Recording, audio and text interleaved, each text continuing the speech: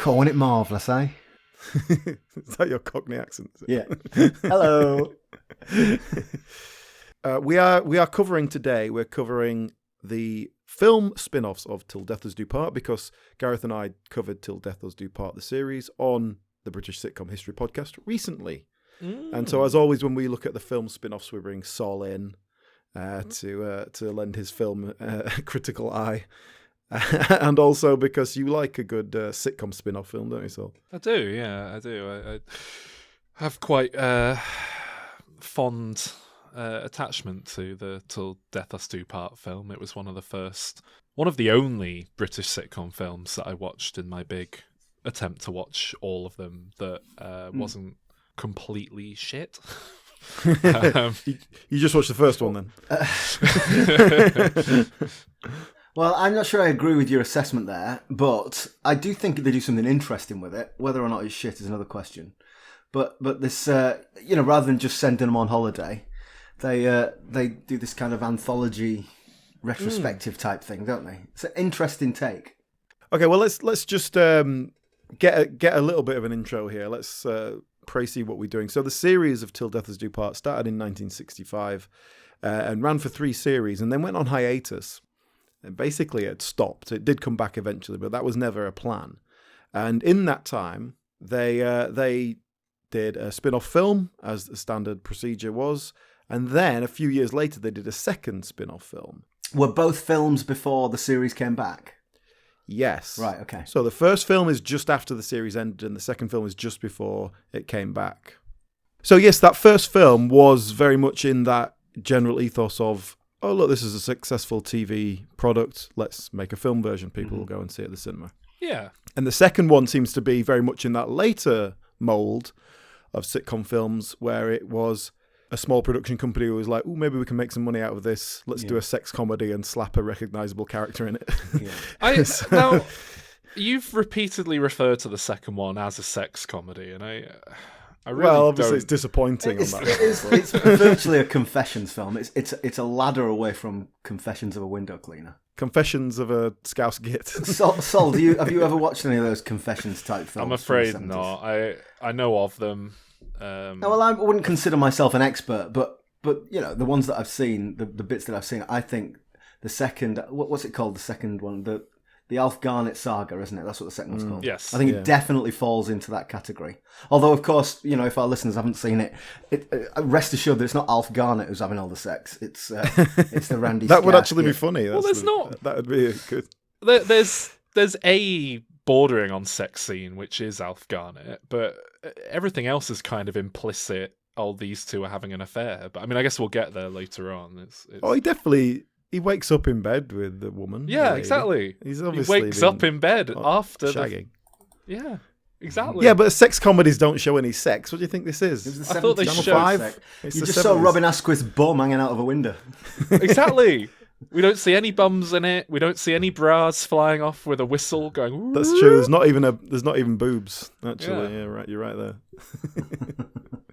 Well, let's start with the first one. Yeah. So as we said, we've dealt with this before. The challenge of turning a half-hour sitcom into an hour and a half film seems to elude most producers and writers. But they do something a little bit different here. It doesn't really work as a 90-minute script in any way, but at least it feels like they've done something. And what they've done is set it as a prequel. Yeah. So instead of going into the mid-60s with Alf Garnett and then his swinging son-in-law, it is the early. Well, it's actually the 30s. It's just a war is about to be announced, which makes it all the more confusing that it's the second one that's called the Alf Garnett Saga. Yeah, that would have been an appropriate name for this first one. Yeah, completely. Yeah, that second film is not a saga in any way. Yeah. But I think the problem with this film is it starts and they're in the cinema as war is being declared. They're watching the news on the screen, and you think, okay, this is going to be a wartime prequel, and it sort of is. But the way the film is broken up is into sort of 10-minute chunks where something will happen, and then we sort of skip forward for a few years, and then we see another scene, something else happens, and it's almost like Alf Garnett living through the last 20 years. But the problem with that is, it's just it feels like a set of sketches rather than a film. He's the thread, but there's no actual plot to follow other than Alf Garnett's awful and he's wrong about everything. So the dramatic tension of the sitcom is basically between Alf and his son-in-law, the Randy Scouse Git. Now, because we go back in time until the end of the film, the Randy Scouse Git isn't there, and so we have to create that tension by, in every scene there's a different antagonist. So during the war, there's a soldier who's occupying their street, and then it's just the random people. Brian Blessed, isn't it? Brian Blessed, Brian Blessed plays the soldier. Brian Blessed, attractive. What's that without about? a beard, young and without a beard. It's relative. It's all relative. No, in the film, he is desirable. Very striking he's young a man. sexy soldier. Yeah. Still got a bit of a frog face, though, hasn't he? Got very piercing eyes. But the point is, if we are saying that one of the strengths of the sitcom is this antagonism between those two characters, you can't remove one of those characters and expect it all to go off smoothly. Or recast them with someone and change the character we'll completely. We'll get to that in the second film. Yeah, I don't know. I think, like, Till Death Us Do Part was somewhat controversial, I think, because that line of how clear-cut it is that this guy is the butt of the joke perhaps got a bit blurred at times, and I think you see that between these two films. I would say the first film, I never get the sense that you're really meant to be on Alf Garnett's side. I think he's always presented as a prat, whereas the second film, again, not to get too ahead of ourselves, I feel like it kind of forgets that that's its mission statement, and it just kind of ends up casually condoning everything that he says and does by let's come back to that second film, because I think the two films are very different, but certainly in the first film, the problem with Alf Garnett is that he's completely unsympathetic. And, unless you agree with him, it's not. You can sympathise with someone who has disagreeable views, like Graham Linehan. I'm going to pretend you didn't say that. If we are looking back, it was a different time, his racist views. Now, in the 1960s, he would have been considered a bit racist, but his views were not that far out of the mainstream.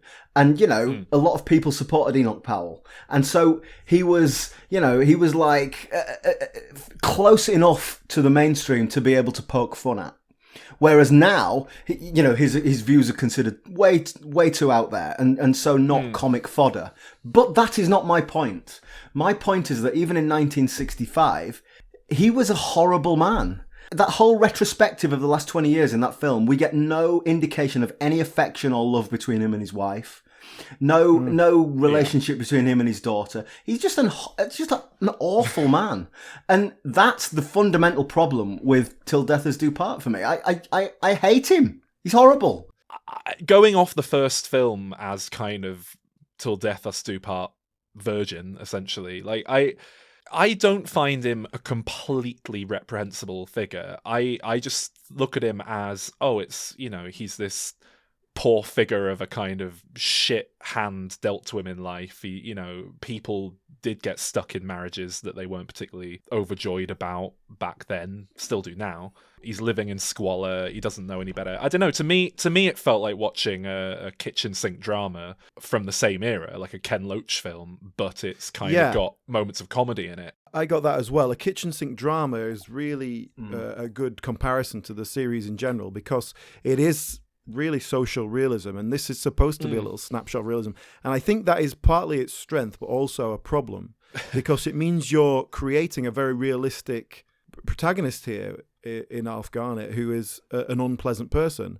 And that's the problem, is he's an unpleasant person that, like, oh God, I know a guy like that. Yeah. And it's like the person who, when you're in the pub and you see him hanging out at the bar on his own because everybody hates him. Yeah, and why would I want to spend 90 minutes in the cinema with him, He is regularly humiliated. So in the film, I mean, basically every scene starts with him mouthing off about something, and then ends with some authority figure proving him wrong and humiliating him, and then we freeze frame and move to the next sequence.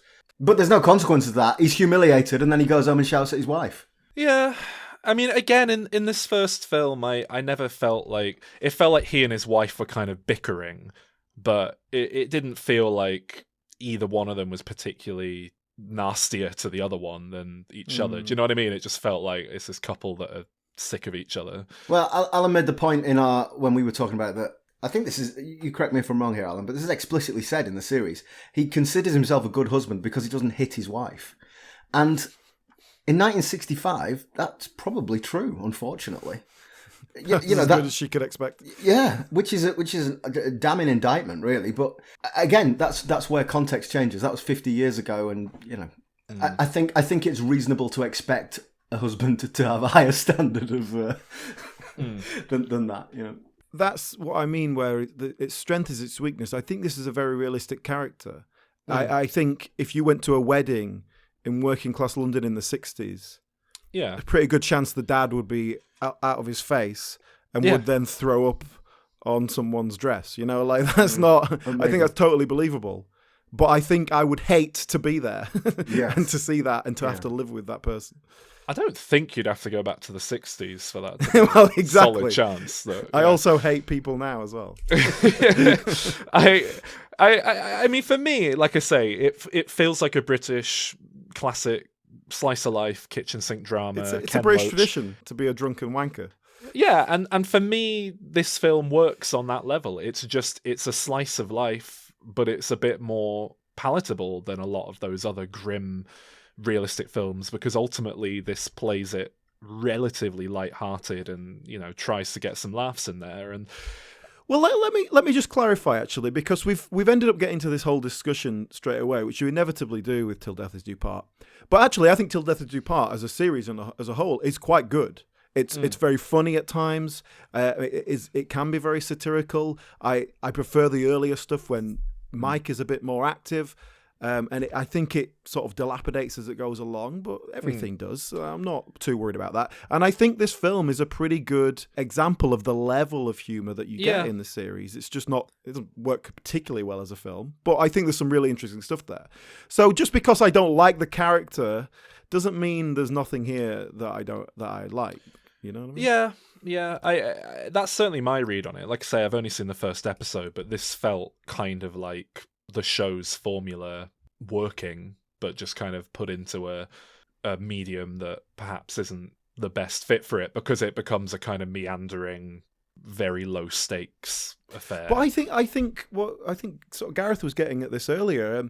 You've got a great setup here, set in the 40s, and they've obviously they have half the film in the 40s. They've got the props, they've got the set, like they've committed to that. But then what do we get out of it? Well, I think that's a big part of what I liked about it. It's again, it plays into this slice of life thing. For me, this works as a real time capsule of, this is an account of the war ultimately from people who lived through it. It's only like 20 years on that they've, made this thing. And to me, that is a really interesting thing to see. And also what you're saying, they've got the sets, they've got, all the production design for this kind of period piece. It's a surprisingly theatrical experience, this film. It's actually quite cinematic in how it's shot and put together. It's not just I can agree like with that, most definitely. of its contemporaries. It's actually shot really nicely in ways, and it's within the limits of their budget, but I'm always impressed. I'd watched this before, I watched it again for this recording, and it's like, this is up there with your Ken Loach movies of the era. Well, did you notice one particular shot that jumped out at me? It's when it's being announced on the radio that Churchill is becoming the new kind of war leader, basically, the Prime Minister. And the camera tracks in to Alf Garnett's face, and he's in the pub playing darts. It goes right up close up to his eyes, so you can just see his face. And then it immediately starts tracking back. And he's in his house, and he puts up a picture of Churchill. It's all one shot. And to be honest, like relatively easily done. The only thing you can see of the pub is a back wall. So they've obviously just wheeled that out, and the set is in place. But, that's something. They're trying to do something, And I don't think it really says anything. Did it feel like we were getting into Alf Garnett's head there? Not really. I think it was a style over substance, but hey, at least you're doing something. Use your kit that you've got. And then also there was a scene in using a tube station as a bomb shelter, as an air raid, and that felt very beautifully shot, very well recreated. But that also felt like okay, we're setting stuff in the 40s. People remember this. So let's put something in where people go, oh my God, I remember that. Because that scene has no relevance to anything other than Alf Garnett gets into a fight with someone and he's a bit of a knob. Yeah. Like, it's not relevant to the story. But I think it's just there just to go, hey, bit of nostalgia, Blitz spirit, eh? That'd be like making a film about the Tony Blair election victory now, 25 years. Yeah, but I'm all for that. I think that's... I know most people don't experience film in this way, but a big part of what I love with film is a window into another culture. I think one of the best ways to understand history, and obviously you can only do this for history going back about 100 years, is to watch films from that era or whatever country it is that you're trying to get a glimpse into. Like you get such an insight into attitudes and things that aren't readily apparent if you just read about stuff on Wikipedia or even if you read about it in very well written textbooks. There's something about consuming the art from the era. So going back to what I say about this being a kind of glimpse into the war from people who lived through it, I found this a far more interesting relic of living through the war than any like war movie that I think I've ever seen. It's just a very... And I think it's like you say, it's because it's about the details in the background. It's not the focus. They're not trying to say something about the war. It's just kind of there, and they're just kind of portraying it. Because it was something that the people who were watching this film had lived through it. It was, It wasn't a look at let us educate you. It was let us remind you. And this actually was educational for me when I first watched it. When I first watched it, I didn't know people were kicked out of shit homes in London and moved into Essex. I didn't know Essex was the way that it is because of that, but now I do. It makes sense. Well, let's talk about that because we focused on the war, but then I picked out that sequence. So towards the end of the film, we see them. Essentially, the slums are cleared and they lose their home, their family home, and they are moved out to high-rise flats. And this was the scene where I felt sympathy. I felt sympathy for Alf Garnett. He was having his home taken away. And yet, even then, he managed to somehow ruin his wife and daughter and son-in-law's life by just being an absolute arsehole about it and made a bad situation worse for them. They ended up moving out without him. I think I find him sympathetic enough in this film because, he does have his home taken away from him, and he does get a really raw deal in that. He bought the home for 15 grand, I believe it was, that he paid for it, and then they pay him $3,000. 1,500 and 300. Yeah, oh, sorry, 1,500. But this is an interesting discussion, though, Sol, because I think you're right. And as I say, I felt some sympathy at that point. And objectively, you are correct. He's getting stitched up. And yet, I don't feel the same sympathy as you did because I just spent an hour thinking what a prick he was. So there's almost an element of comeuppance.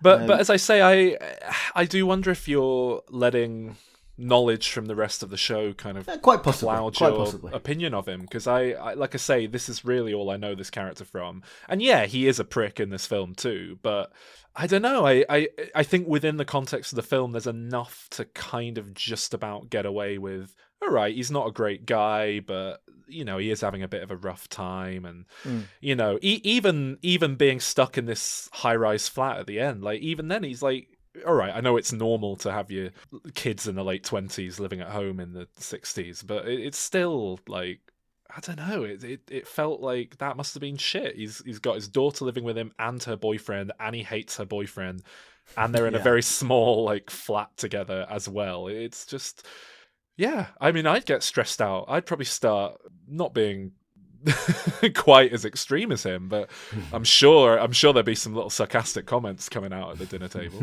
I'm sure there would. Yeah.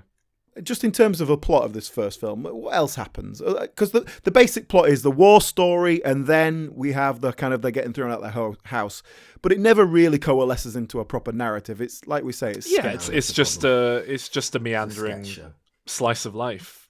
Look, I'm a stickler for story structure, but this film is 80-something minutes long, and it's lighthearted. I can just kind of go with, all right, each scene's kind of what it is.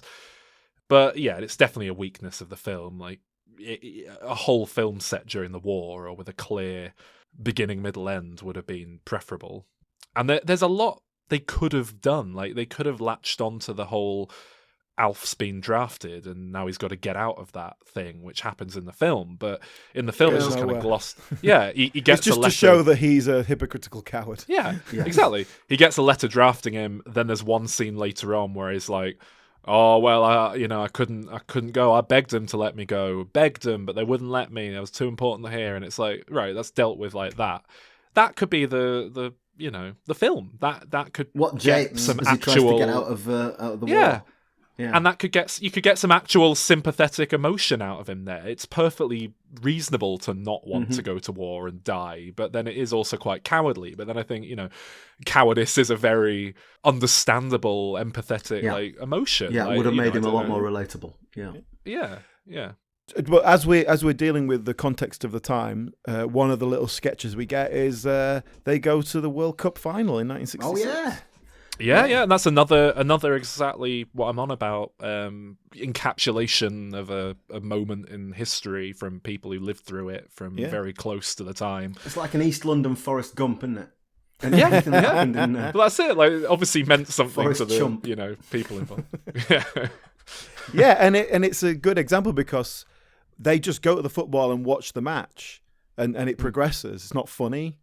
It's not. It's just a sort of what might have happened if these people went to the match, and then they get drunk afterwards because they won. But to me, it plays almost like it's the one moment in the film where Alf and Mike, is it the kid? Yeah. It's the one moment where they kind of come together and find a bit of common ground and aren't at each other's throats. And because ultimately they're both blokes. Yeah, they go that's to the it. pub That's together. what it's speaking to, isn't it? Yeah, and they in the series, basically, the only time they kind of get on is when they're drinking together or when they go to the football. And even then, he's a Scouse git, he supports Liverpool, so they can have arguments about football, but that's okay. That's the whole purpose of football in British society, is to allow men to have emotions about things. So, that's the purpose it serves, and that is completely... like, here's something that people can relate to, you as an audience. Like, oh yeah, that's all my dad ever talks about.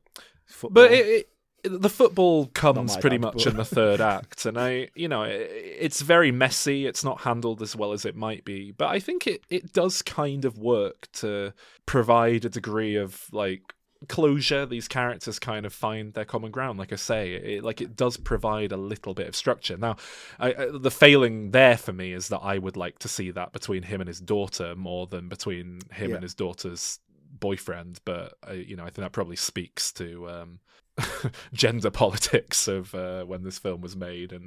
But also bear in mind that we get the daughter's wedding. Like in every show, that is the unemotional, unavailable father's redemption moment where he sort of sits his daughter down and says he loves her and that she's beautiful, and then cries as he walks her down the aisle. And that's that. We don't even get that. No, he pours a drink on her and pisses himself. Yeah. I think Till Death Us Do Part, the film, is a kind of surprisingly sincere film. It's quite innovative, or at least it's not a lazy film. It's not. I'd say the vast majority of the sort of contemporary peers of this film were, let's just remakes 3 episodes with, maybe a new actor, do it in color for the cinema. Like, this is trying to do something. And yeah, it's incredibly messy. It doesn't fully work, but I do actually get a lot out of it. And I would go so far as to say it's probably my favourite Britcom movie from the classic era, before the modern era of comedy, other than, I'm going to say I prefer Porridge. But that was, 20 years on, 10 years on, that film came out. I largely agree. I think it's not very well structured as a film, but I think it's true to the characters as we have them in the series. I think, you say it's trying to do something. It's having that prequel element is interesting. Well, I think this has been an interesting conversation to me because I didn't like it, but I think I am probably carrying a little bit of prejudice from having watched the TV program. I'm trying to assess this as a film on its own merits, which is quite difficult. I think it's really interesting your take about if we looked at this like a kitchen sink drama. If I'd come into it thinking this was a kitchen sink drama, I would probably have enjoyed it more. But it's a comedy, and it's not funny enough. The funny moments don't outweigh the unpleasant moments. I also think the structure, I like the prequel idea, but I don't like the structure. I think it just feels sketchy and a bit jumpy. And that kind of, as a film, that doesn't really work for me. It's a little bit repetitive. Totally. One of the repetitive bits that I really liked about the film was Alf going to sit in the outside toilet and talking to his neighbour, Bill Maynard. Yeah. That was a really lovely touch, and that felt like that would have been relatable to people in 1969. Yeah, I love that, yeah. Well, Bill Maynard, so he plays the neighbour Bert, and then he went on, when they brought the series back in 72, he played that same character a couple of times. Yeah. And then he was replaced by Alfie Bass when that character became a regular kind of every episode character. But yeah, Bill Maynard, who I think, from my age, I know him best as that bloke in Heartbeat. He was in a sitcom called The Gaffer in the 80s, which I remember. Oh, he was in all sorts. Selwyn Froggatt and all sorts of stuff. But yeah, that I think I know. But speaking of Heartbeat, Jeffrey Hughes is also in it. Now you see, this is where I'm 10 years older than you. Jeffrey Hughes was in Coronation Street. He was Eddie Yates in Coronation Street when I was a kid. Yeah. Well, he's in also. Actually, the year after this, he was in Curry and Chips, which was written by Johnny Spate. He was a regular in that, and he was a regular in Keeping Up Appearances. Of course, that was his sort of, in terms of sitcom, is probably what he's best known as. Michael Robbins plays the barman, both with a wig in the 40s and then without a wig in the 60s, and this was the year before On the Buses started, so he plays Arthur in On the Buses, the brother in Law. And in the same scene, in one of the pub scenes, Bob Grant, who is also in On the Buses, is in it as well, in what is basically an extra role. I don't think he even speaks. He's just sort of in the back. He's just one of the blokes in the pub that Alf is. I'm looking now, and he's credited as man in pub. Yeah. Who was Bob Grant in On the Buses? Jack. He's the the best mate, cheeky chappy. Gotcha. Always with the lady. No. And who can blame them, eh? With that. Yeah. So those were the ones that jumped out at me in the first film. I think those are the only ones. I can't remember anything else. Yeah, off the top of my head.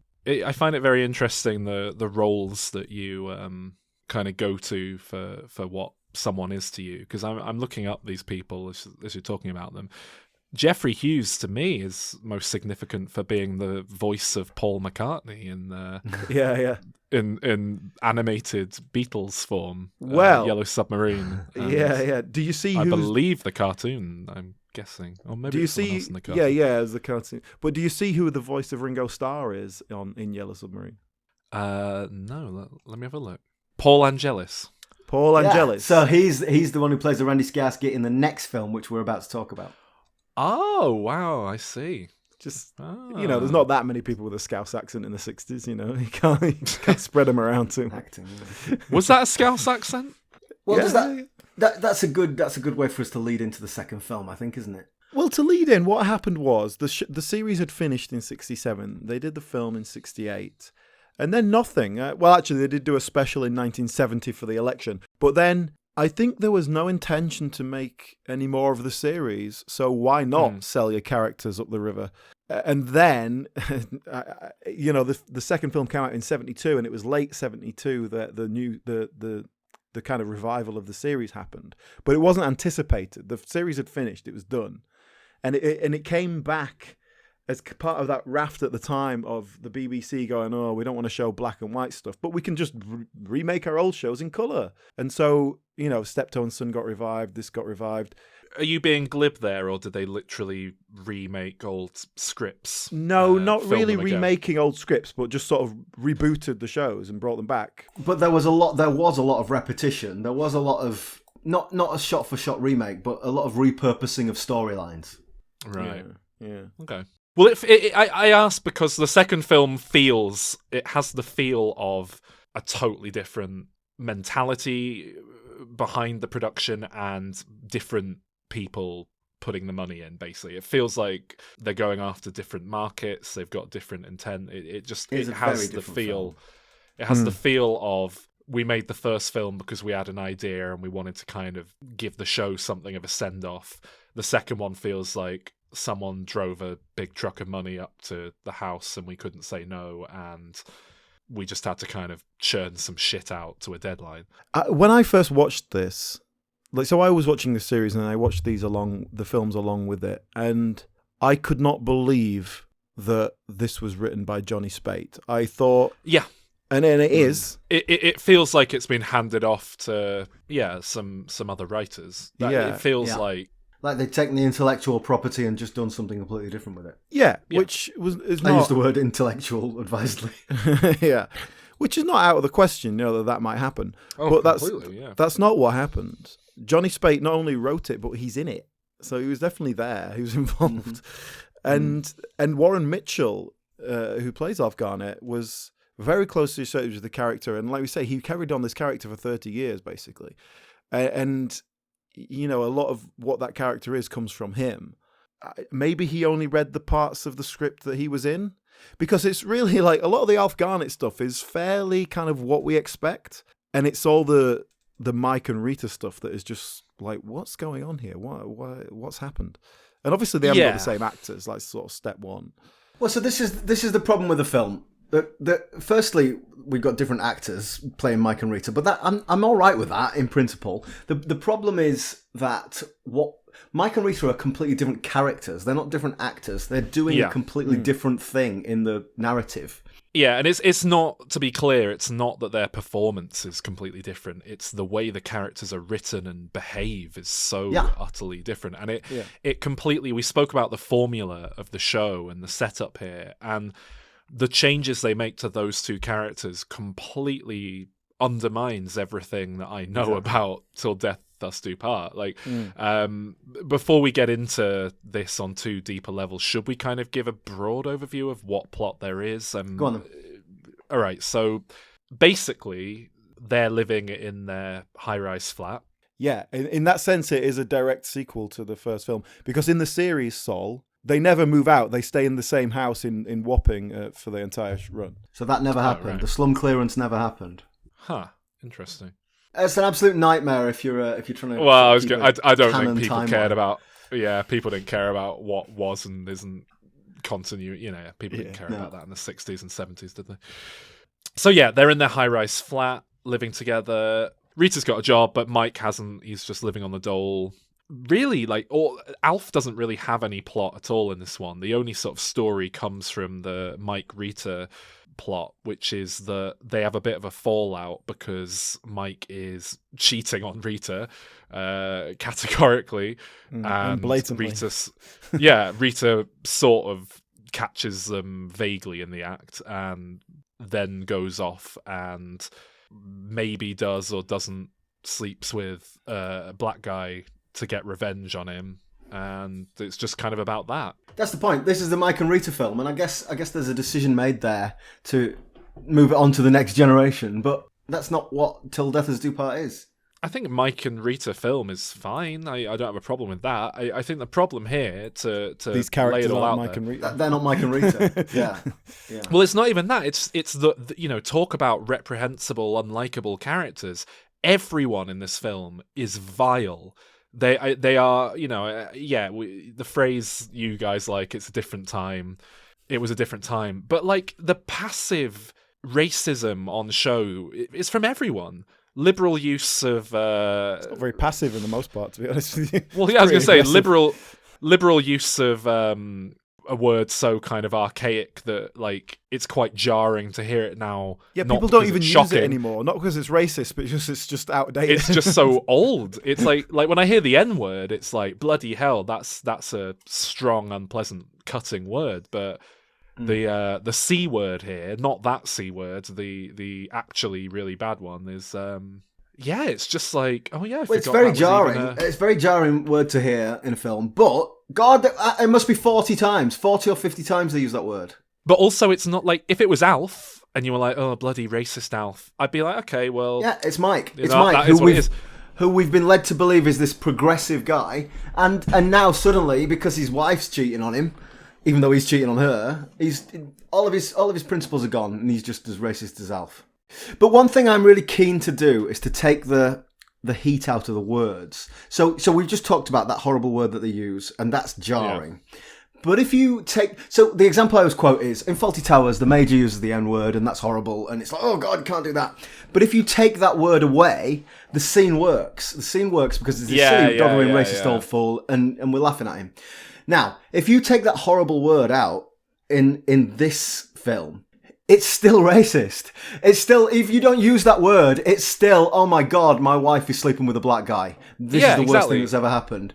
And it's Kenny Lynch. The black guy is Kenny Lynch, who is an entertainer. He's rich. He's got a Rolls Royce, and that's all really weighted. That's all really weighted about this black guy who has got money. And the word itself is not the issue here. The racism, the racist undertones of the whole sequence is what the problem is. And that's not explored either, by the way. The fact that it's Kenny Lynch playing himself essentially, but it's the fact that it's not just a black guy, it's a very rich and successful black guy. So there becomes a point where Alf is like, oh, look, he's in the director's box. He must be really at West Ham, so I admire him. But hang on.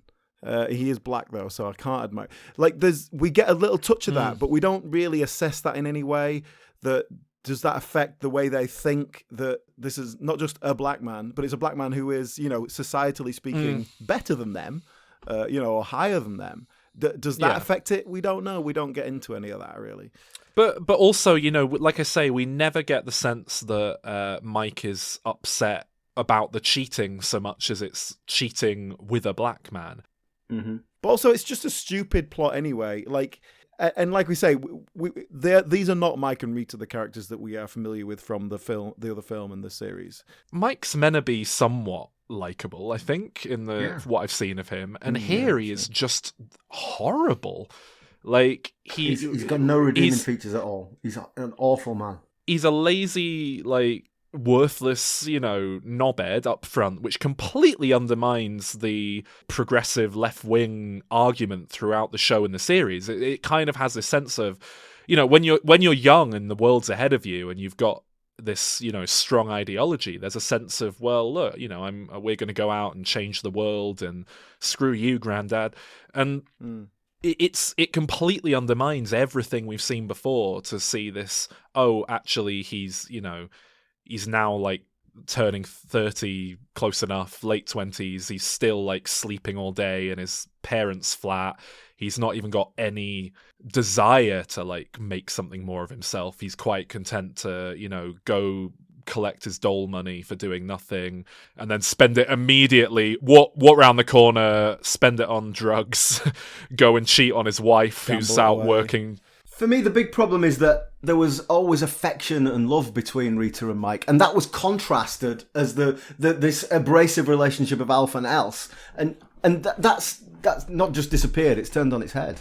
I think the fact that it's different actors makes it more egregious. But here's a question for you: two questions. Would this have worked?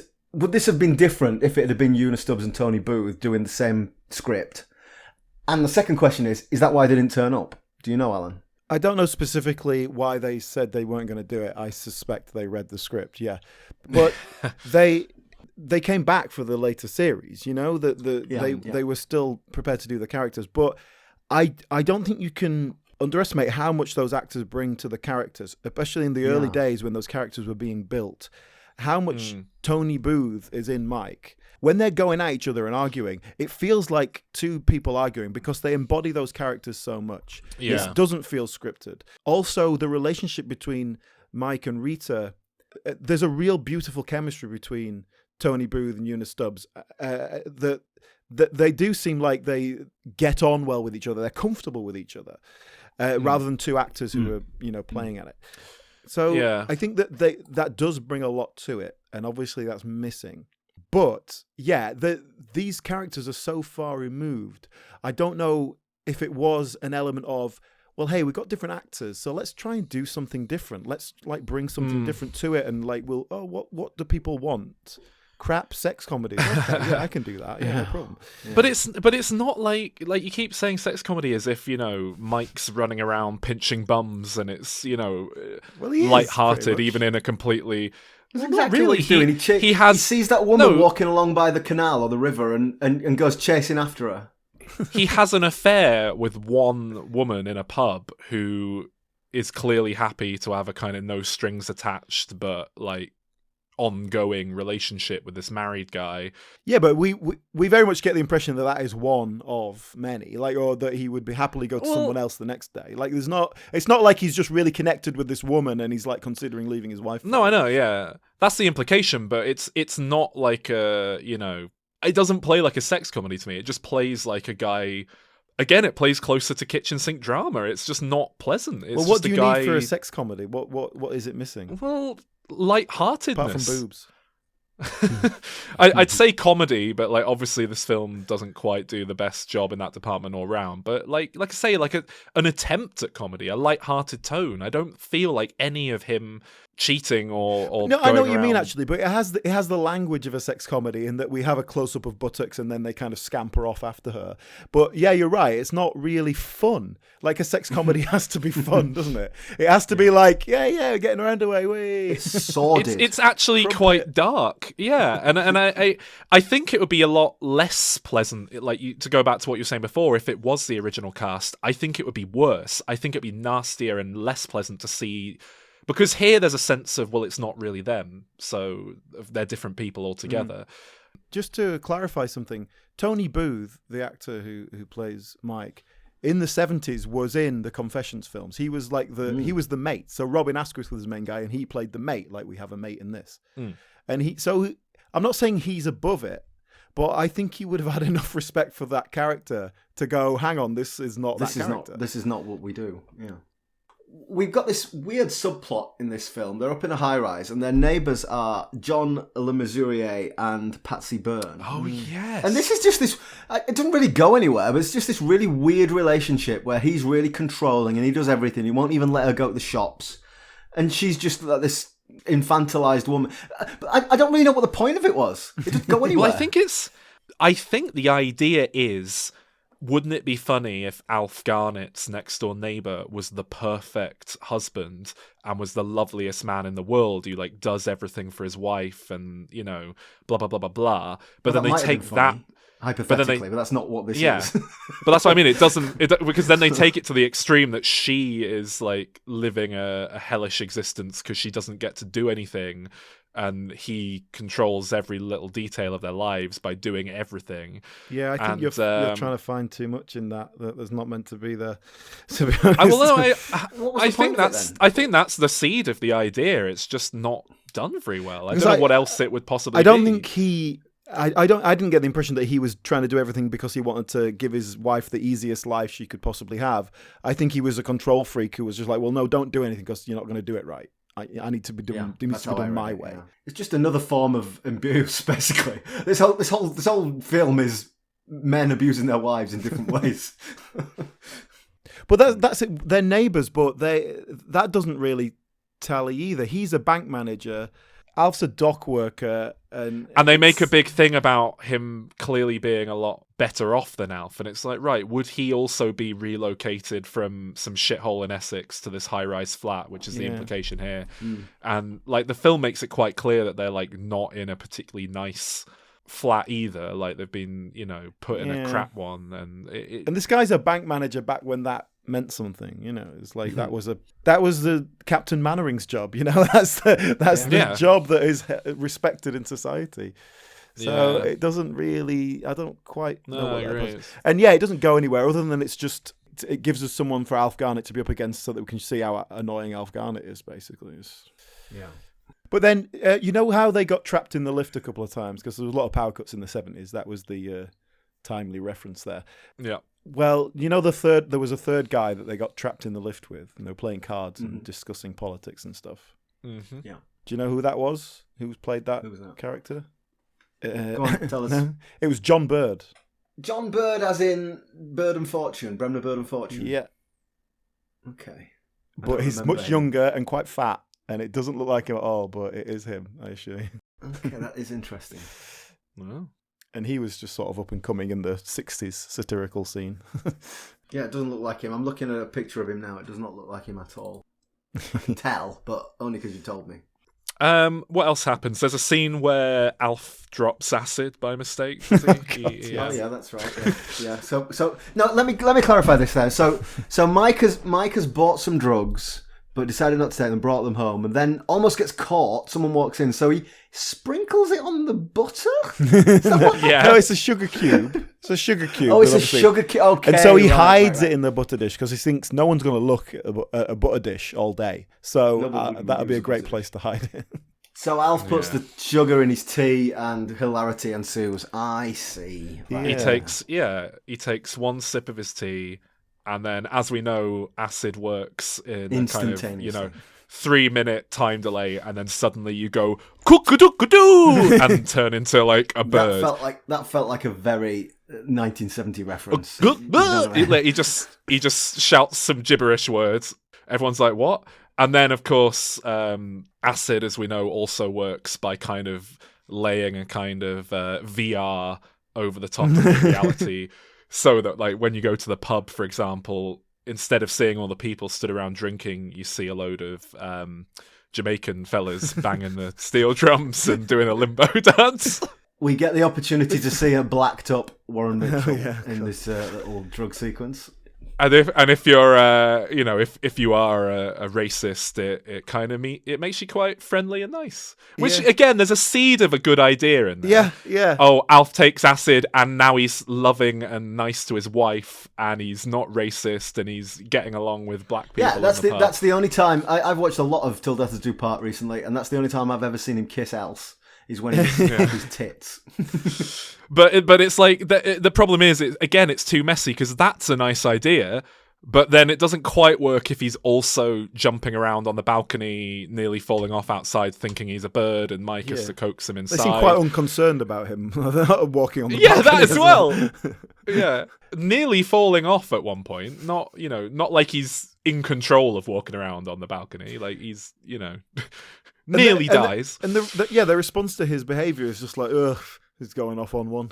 As opposed to, oh my God, this man's having some sort of stroke. We need to get him some medical help. So, I've never taken acid. I'm pretty sure you haven't either. So, Gareth, is this an accurate representation? You went to a few raves in your time. Is this because usually with these conversations, I'm a bit older than you. I remember this. I remember that. I'm a bit older than you. I remember taking acid. Oh yeah, back in the 70s. I took acid when the day I got my GCSE results. Jesus Christ. That's a pretty reasonable time to do. Mid-90s. Was that a celebration or a commemoration? Yeah, of course it was. A celebration, but. My memory of it was lots of fun, and I giggled lots. I certainly didn't start climbing up on balconies and thinking I could. You're fly. the ecstasy generation, Gareth. That's Yeah, I am exactly the ecstasy generation. That's right. I'm 12 years clean and sober, but I did my time. I did my time in the trenches.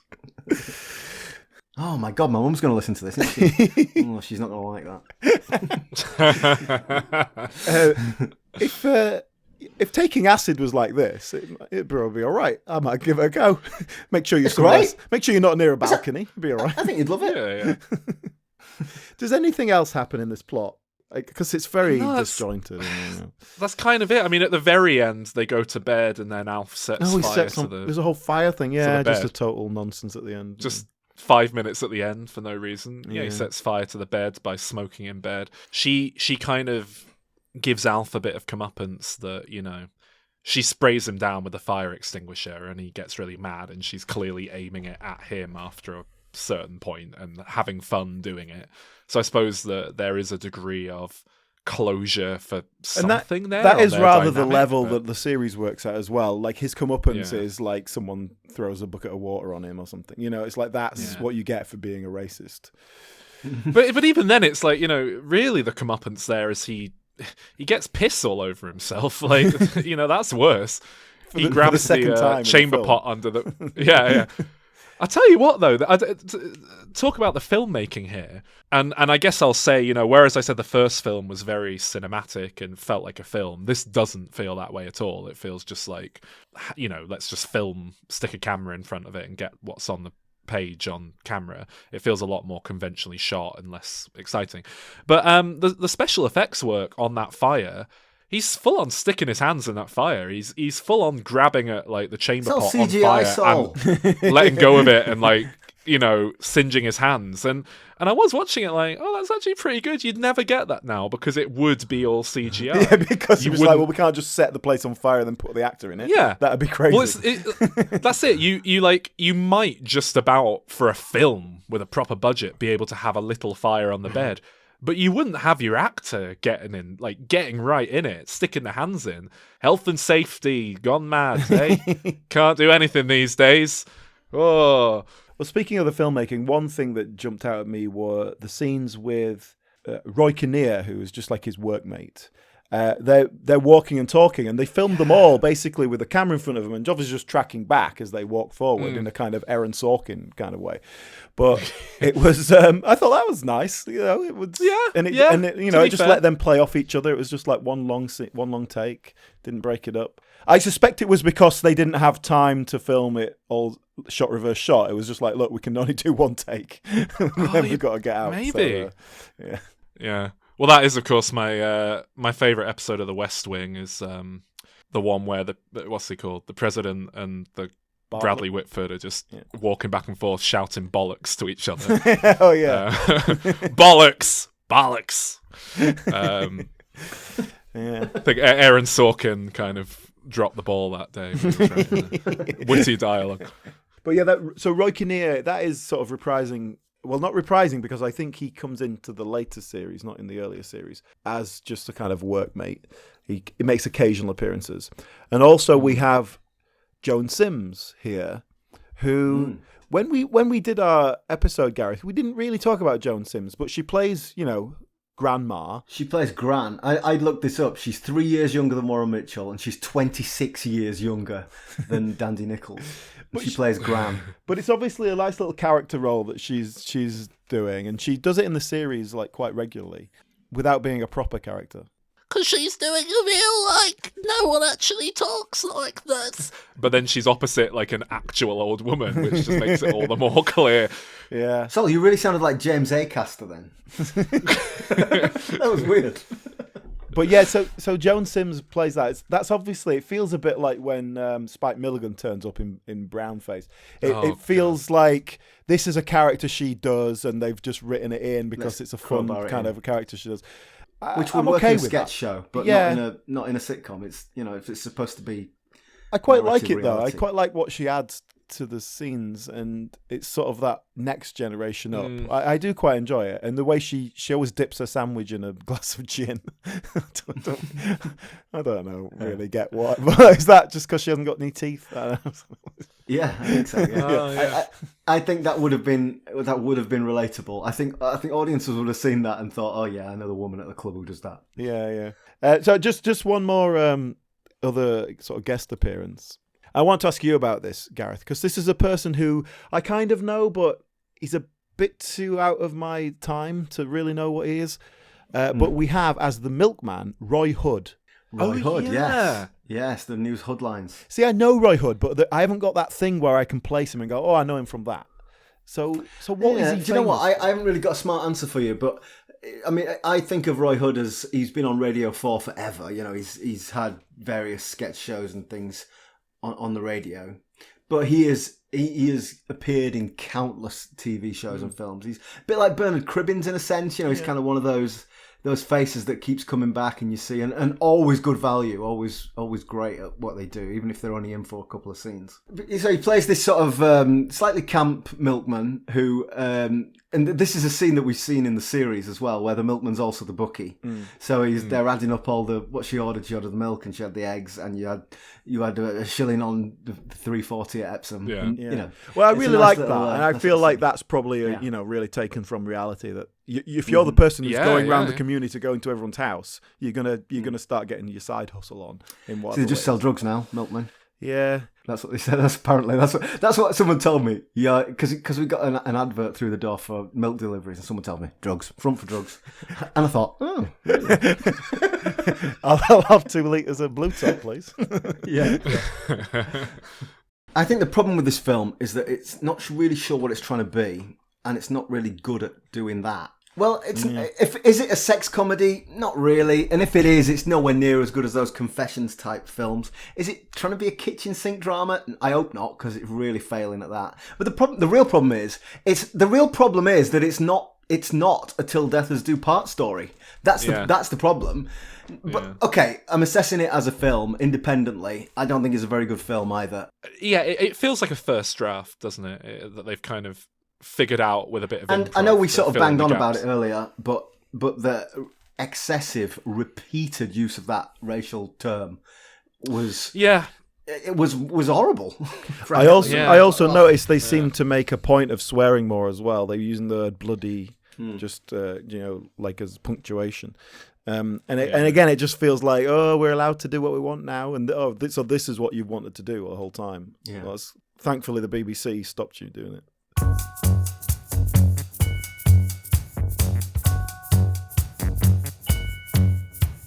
Thank you very much for listening, and if you have enjoyed this episode, then do please check out our other episodes. We do, of course, have a whole double episode on Till Death Us Do Part, the series, and many other sitcoms besides. If you're really into films, then we do these film spin-off episodes as well. We've done them on Steptoe and Son and the In-Betweeners movies already, so have a look at those if you like. And we did those in conjunction with Saul from Diminishing Returns, a film critique podcast that does specialise more in films, but we have covered sitcoms on there before, including Absolutely Fabulous. We also did The Office, and then we did a little special on the David Brent spin-off of The Office. So all that sort of thing can be found on the Diminishing Returns feed if you just search for that name in the podcast catchers or on YouTube.